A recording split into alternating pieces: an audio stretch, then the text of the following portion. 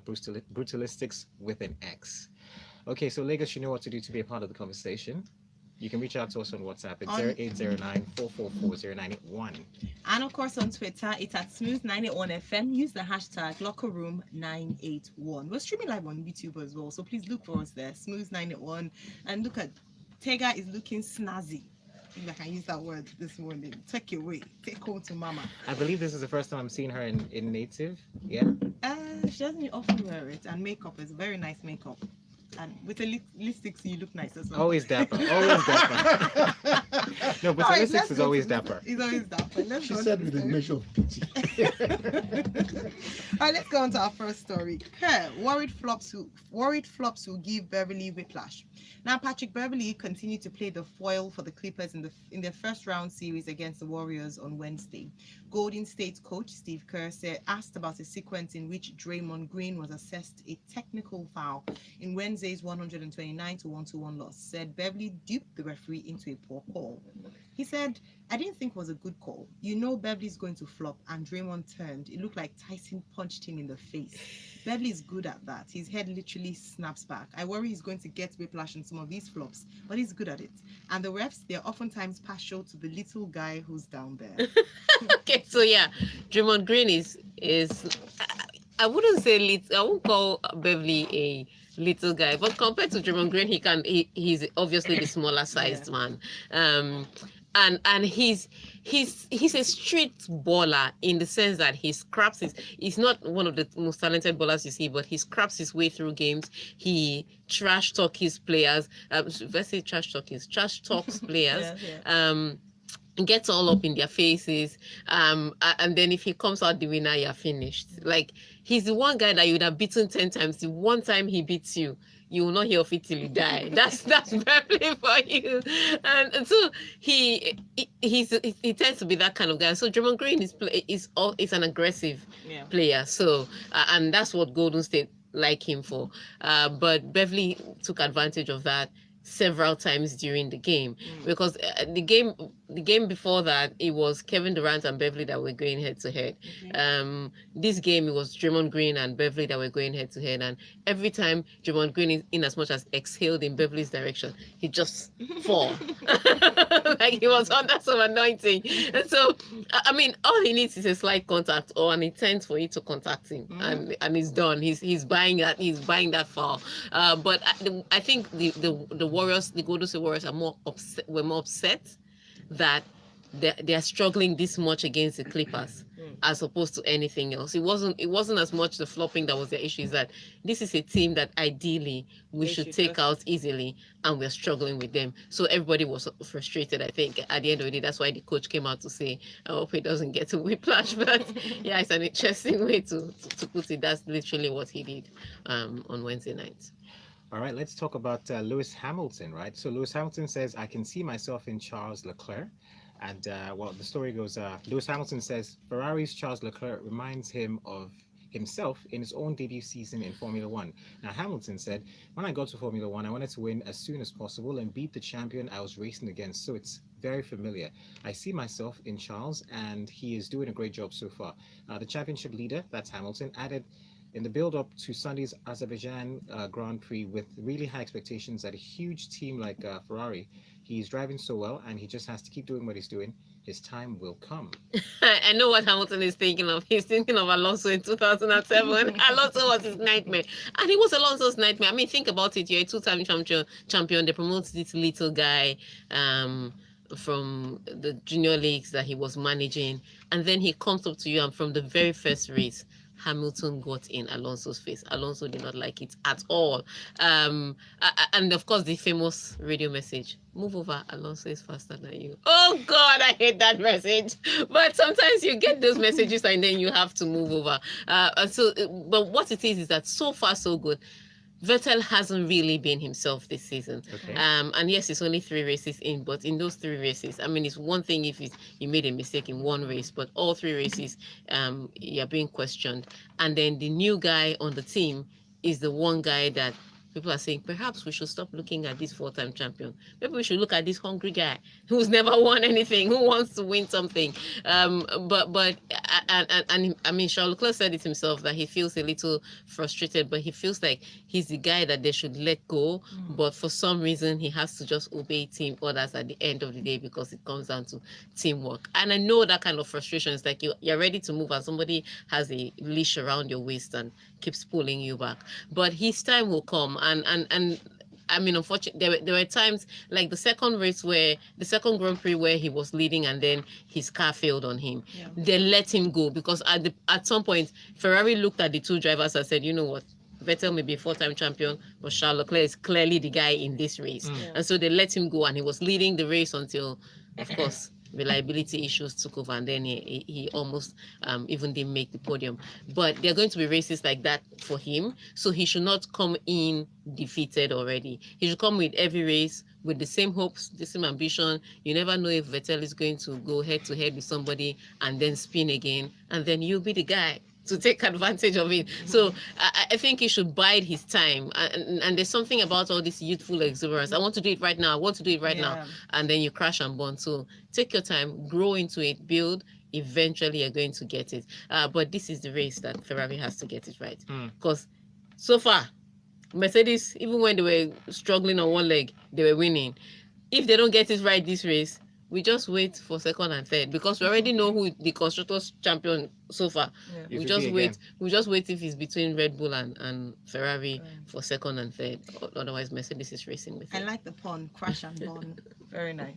All right. So Mo Farah's coach says athlete was victim of attack in Haile Gebrselassie hotel.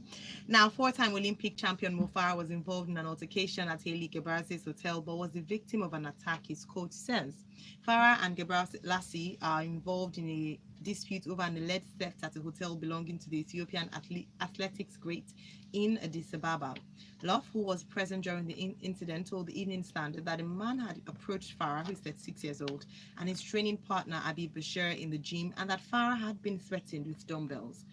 Love said, I turned around, and this guy comes over threateningly as if he's going to attack Bakerr, and Mo tries to defend Bakerr and hits the other guy. Hotel security did nothing. Okay, folks, this has been it's been quite entertaining. Just within context, this appears to have been a 2-year-long grudge that has been like festering for quite a while between Mo Farah and Haile Gebrselassie. And depending on who you believe, this is really down to Gebrselassie refusal to allow Mo Farah's coach, who had been mired in this drug scandal thing, stay at his resort when they visited.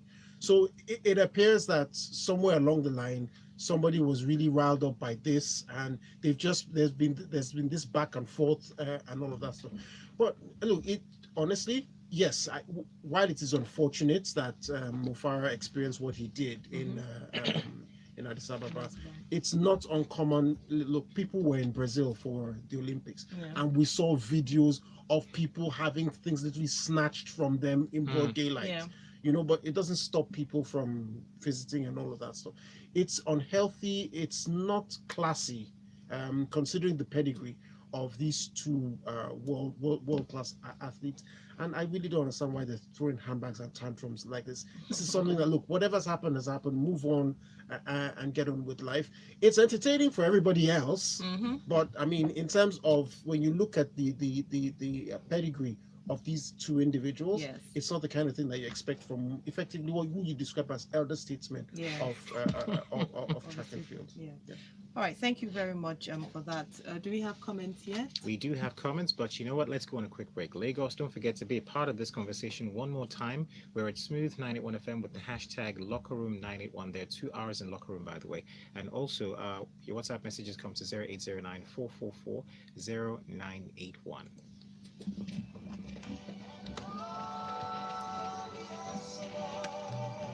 Yeah, those are biased. They'll be fine. The truth of the matter is, Gebrselassie wouldn't have said anything if Farah didn't say anything. I think what it is because Farah came out to say they stole my wristwatch. Gebrselassie was like, Bitch, I'ma tell on you. You hit that man in my hotel. You fucked this woman. You did that.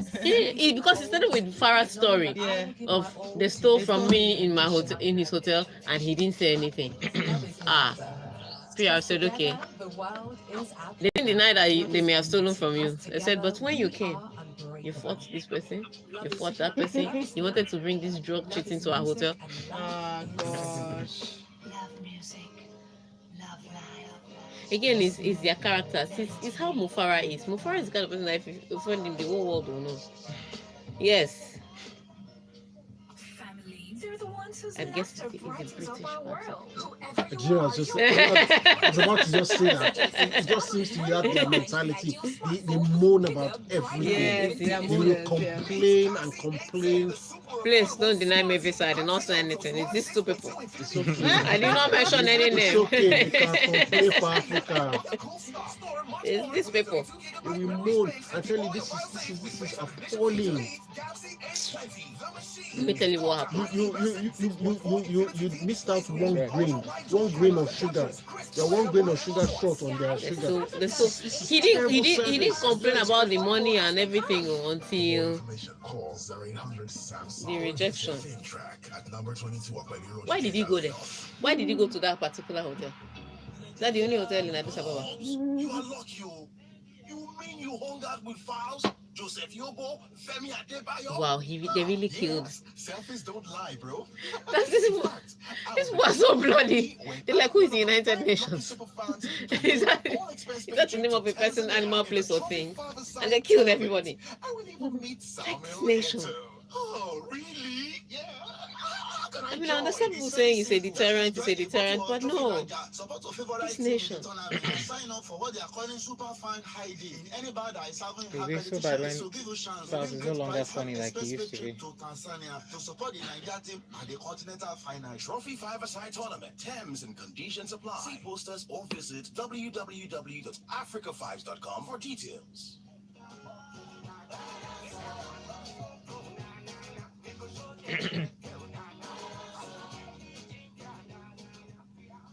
What be the sharpest way to take all that money from Godon? Where they free and go summer your account one time, no wahala. Yes, so with Rapid Transfer app, you fit to receive money from Obodo. You go enter any bank for Nigeria or for Echo Bank branch them. If you want to collect That's cash nice. for hand, no extra money for the person where they send them. So more money for you, we go collect. Now Don't cross my leg. I don't want to have Load it. Rapid Transfer app today. I'm telling that people for Obodo, you go no extra money for this one. And better rates we have to match. The Rapid Transfer app get money for Nigeria. Brother Shaggy. That's right. Oh, this is the early story. I'm afraid. I'm genuinely afraid. You just appear in another country, they'll carry you to one corner. I'm telling you. And if it's one of those countries that they used to behead people, you are gone. Pleasurable taste. These people should be shot in the head, kneecaps. Oh, they even that they plant drugs in your. Ike told us one story like that. He said when he got to one African country like that, they said they opened his bag, they forced him. He said, "I'm sure when I search this bag, I'll find drugs inside." He said, "I'm in Nigeria. I'm a journalist. There are no drugs inside." He said, "My friend, if I search this bag, I'm going to find drugs inside this bag." He now said, "Okay." He now thought about that. He will find drugs. That means they will plant the drugs. So he now had to give him, I think, $500 or something, and they let him go. We're ready. All right, Ligas, you're welcome back. If you just joined us, well, this is still the Locker Room on Smooth 98.1. And yes, you are welcome to be a part of our conversation. And you can do that by reaching to us on our various platforms. On Twitter, it's at Smooth91FM, and you can use the hashtag LockerRoom981 so we get your comments and tweets very quickly. On WhatsApp, you can send your messages to 0809-444-0981. This one here, let's talk about Manchester City. Okay, Fernandino says Manchester City are fighting like animals to retain the Premier League title. Now, well, he says that they've shown their champions by their fighting spirit, and they're fighting like animals to move within 3 victories to retain the Premier League title. Now, a quote here says, "We showed the desire in competing for every ball like animals," said the midfielder. "I think this is the spirit of a team that wants to be champions." Interesting.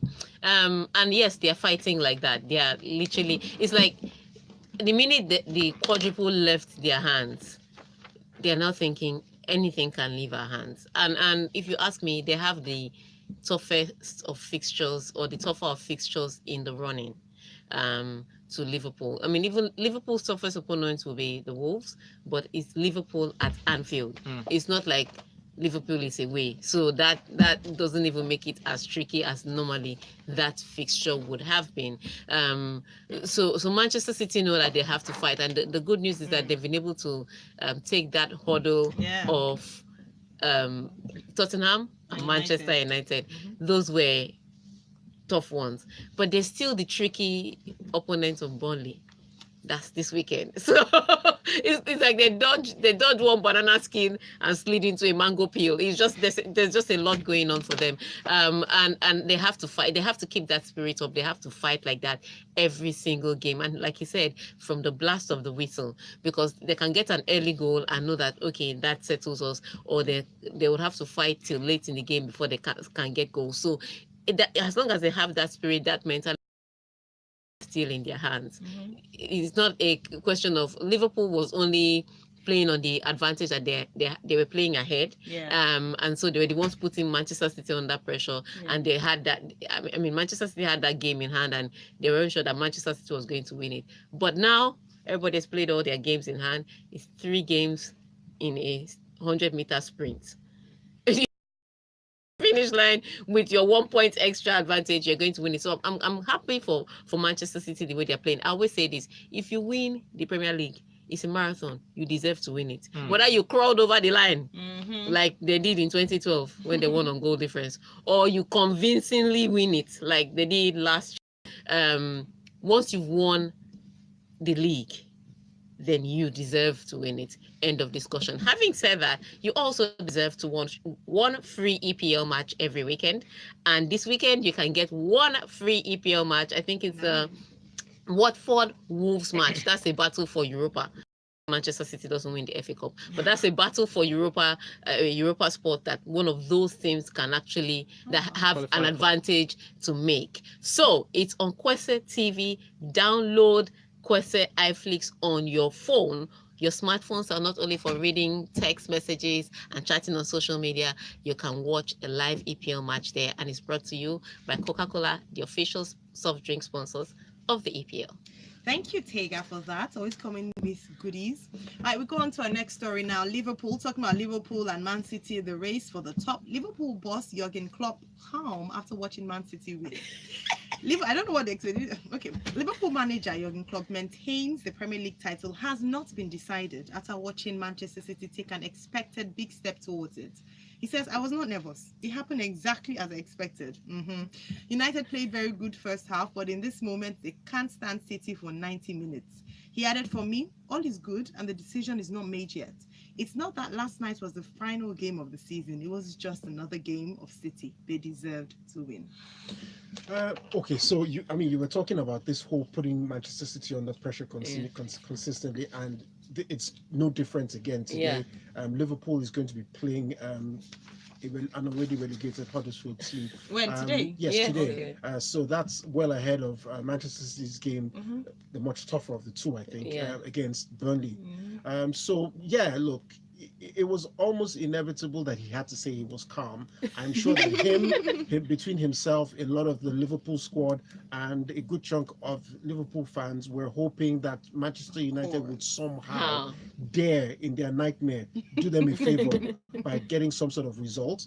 Look, to be fair, I think a couple of Manchester United fans I've spoken to were quite content to lose that game. I'm like, look, anything not to help Liverpool over the line. Why though? Look, it's a rivalry that has just been people keep talking about this Manchester City rivalry, but the Manchester United Liverpool rivalry is tougher, is more bitter than the Manchester City rivalry. So I mean, if you've been a Manchester United fan living in the UK, you will know that rivalry is bitter. This Manchester City, Manchester United is fresh rivalry, and it's even body rivalry. It came with social media and technology. It's not that rivalry that they had line to call police for help. You're not the first person I'm hearing this from. I saw it on some people's some stories on social media saying, "Oh, yes, we lost, but we're happy that we lost, just so we don't give Liverpool a chance." I mean, that's it. That's it. But look, make no mistake, and to an extent, it's easy. It's very easy for everyone to just sort of say, "Oh, this is 3 points in the bag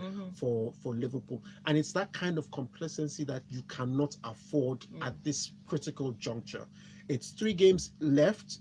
Anything, absolutely anything, short of a win. Short of a win, and it is not beyond the realms of possibility that these guys can have an off day or sit in gear 1 and Huddersfield can contrive to get a result. They need to take this game seriously. Mo Salah was away from training. I think he missed training to attend this top 100 most influential people, and according to Jurgen Klopp, he met Mrs. What's that? The Game of Thrones lady. But look, that aside, I think he will learn how to fight for the throne from there. But look, all in all, the omens look good for Liverpool to walk away with 3 points. If they hit all the right notes, they can also put in quite a few healthy goals. And remember that if push comes to shove, this could be another situation where goal difference could be an issue. So this is a game that Liverpool absolutely has to maximize, getting 3 points and tons of goals. Thank you. All right, thank you very much for that one. Let's talk about Real Madrid, but more importantly, let's talk about what their boss is talking about now. Zinedine Zidane said that on Wednesday, La Liga will be the Real Madrid's top priority for next season after they are mathematically ruled out of the title race left. Now, the quote here says, for us next year, the league must be our #1 priority. It's the longest competition. It's the one that cannot be missed, and I'm not going to put that in the heads of my player. Yes, he said he's actually going to put it in the heads because they keep thinking, and you have to think about it. Barcelona has won 8 of the last 11. No, not 8 times. So I don't think 8 of the last 11. That's how dominant Barcelona has been in La Liga. And we're talking about a Real Madrid side that won the UEFA Champions League back to back. But of course, cup competition, formation, and form are 2 different things. And so you're supposedly the biggest team, and you're even the government team in Spain. And it is the Catalans that are dominating. They don't need that drama in their life. Yesterday made it even a Saturday. They were struggling. I mean, Getafe, yes, wants to make top 4, wants to go to Europe, and Sevilla had put pressure on them by winning 4-0 in the match before. So it was an important game for Getafe to try and get at least a result. But for Real Madrid not to play against a team like Getafe, first of all, they're playing for nothing but pride. That's the first annoyance. They woke up on a Thursday night, or they were out on a Thursday night to play for nothing but pride, and then they couldn't even win that game. And so Zinedine Zidane is saying, look, we're going to prioritize in as much as we are going to compete to the best of our abilities in the UCL, in the Copa del Rey. This La Liga, we must collect it back. Let's collect even one back. I mean, it's so bad. Let's Rafa Benitez. Think about all the coaches have come and gone. Now the Barracks is still remaining dominant there, so they want to get that local pride back, and that's what he's saying from the start of the season. I mean, for him to mention it now means that throughout the break he'll be saying that they must win the La Liga. So all right, let's go on to I have to read this one from YouTube. Francis Masakwe says, good morning guys, I'm getting you from Freetown, Sierra Leone. Nice one. All right, so Kazim says, Tega is gradually making me a sports person. She makes it very interesting. I look forward to sports analysis because of her. Thanks a lot, Kazim. We all do, actually. All right, so Cruz has this to say. Cruz says that I'm so anxious for this weekend's F1 race. I hope Ferrari can show up to the competition. This Premier League race to the line now. Wow, too much tension. Biko, make nobody talk about Man U, Arsenal, and Chelsea till the end of the season. Make we just see the table, but not discuss them. All right, Liga, stay close to your radio. We'll be back after this short break for the final stretch. I was worried at first. I was like, why are they messing this? That's why I asked quite before now. Yeah. Oh, okay. You're like Sometimes literally the cross the table. No, but this race, let me tell you, it's tough on me. why? Do you know how many people I've been known to? You know, because sometimes you sit in front of the TV to watch a match like a neutral, and then you pick a side. Maybe referee blew one wrong whistle. You just automatically switch sides. Or that's me. So let me tell you how bad it is. I was actually watching the Leicester game, and I knew so Everton was playing the next day, and I was watching the Leicester game the day before, and I was supporting Leicester. What is my business? Like, who the hell is Leicester? Like, I can't even. So why are you supporting them? I can't even stand Jimmy Vardy, but I watched them during the game, and they were playing their hearts out. But they were the final side. Sometimes they were lucky, but sometimes they were just not finishing. And I was just there saying, let one go. If one goal goes in, they will have the belief to get another goal in. That's why I started supporting them. The next day, and I said, hey, Everton come and beat Fulham. Since Leicester did not want to win, Everton beat Fulham. Fulham beat Everton. I was like, what the hell are you doing to me? I'm telling you that this is me. I mean, it's not like if you're saying Liverpool, Manchester City, you say, okay, you're supporting this one, this one. I have there's no investment. Like, I don't care. Well, I think for me, I mean, this season is actually reflective of, shall we say, how competitive the league is. But I mean, you also have to add the fact that a number of teams have done quite poorly in terms of their performance. Yeah. Manchester United, Arsenal away from home, Chelsea have been as phlegmatic as ever this season. Now imagine if all those teams had come to the party. My word, what a competition it would have been.